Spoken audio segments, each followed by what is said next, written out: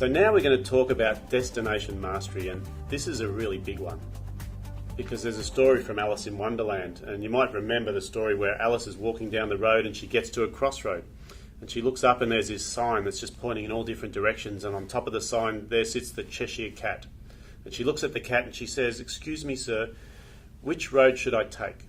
And the cat responds to her by saying, "Well, it depends which way you're going."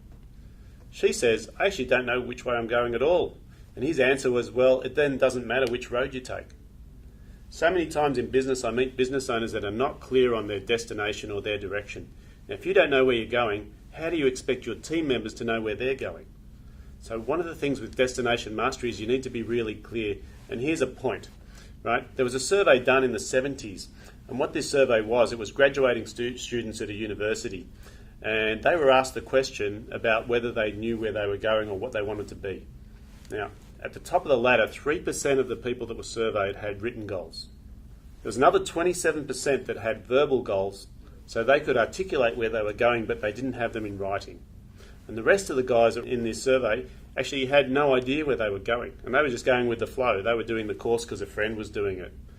20 years later, they resurveyed the graduating students, and what they found is that the 3% that had written goals had amassed 98% of the wealth of the group. So if that doesn't tell you that you need to have some goals in writing, I don't know what does. So let's talk a bit about goal setting, because there's a purpose behind it. There's a thing in our brain called the reticular activating system. Everybody has one, and you know that you've got it because typically you may have bought a car recently, and you might have experienced this. You bought a new car, you're driving down the street, and until you bought it, you didn't see any others like it on the road. Now that you're driving around in that car, all of a sudden you see lots of cars like it on the road. And all that's really happened is that your brain has started tuning in on that type of car. This is known as the reticular activating system, and it's also known as the compass in our brains. And what it does is it just focuses us on the things that are important to us. Now, what we need to do with this compass in our brain is we need to make sure that we program it so that we can look for the opportunities and look for the outcomes that we want.